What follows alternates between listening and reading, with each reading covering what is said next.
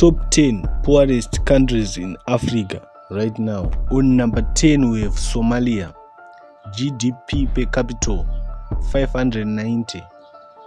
Located in the Horn of Africa, the country has endured decades of civil war, piracy and severe droughts, making the economic development and poverty reduction incredibly difficult.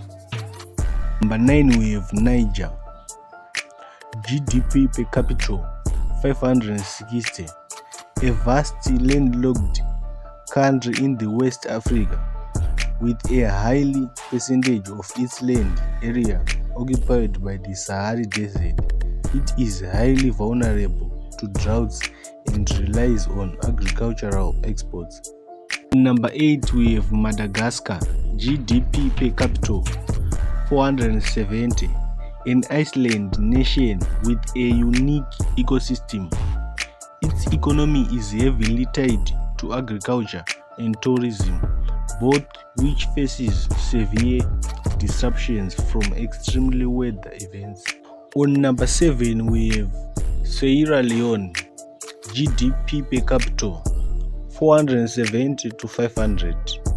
Working to recover from a brutal civil war and the Ebola crisis, this West African country relies heavily on mining and subsistence farming. Number 6 we have Mozambique. GDP per capita 440 to 550. Located in the Southeast Africa, its economy is growing but remains vulnerable to the natural disasters like severe cyclones. Number 5 we have Democratic Republic of the Congo, DRC. GDP per capita 440 to 550.